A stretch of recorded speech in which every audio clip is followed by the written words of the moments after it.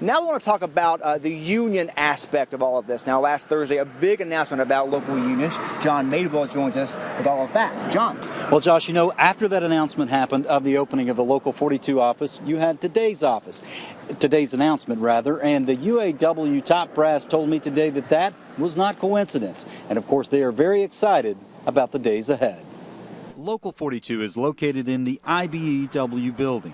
We walked inside this afternoon and saw a poster on the door that reads CrossBlue 42. Just 3 hours ago, we spoke with UAW Secretary-Treasurer Gary Casteel. He's excited about the new pool of workers coming to VW. It gives us more workers to organize, right? At some point in time, when they have to begin the hiring process, it'll take a little bit to ramp up on this new production line. Casteel went on to say the timing of the two announcements was not coincidental. We reached a consensus on the matter of when to start the local, and certainly they knew about when this announcement would come for a while. In February, workers voted down the UAW by a slim margin. At first, the UAW objected, calling it an election tainted by politicians and outside influences. But UTC economics professor Bruce Hutchinson sees some unfairness in the UAW getting its foot back in the door. To potentially turn around so quickly and try to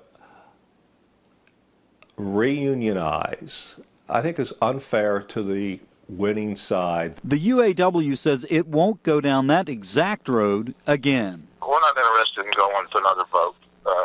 It doesn't seem like you can have one without these third-party groups getting involved. But they do have a strategy in hand. We're more focused on gaining a majority of the employees as members and then having a discussion with Volkswagen about working with those employees.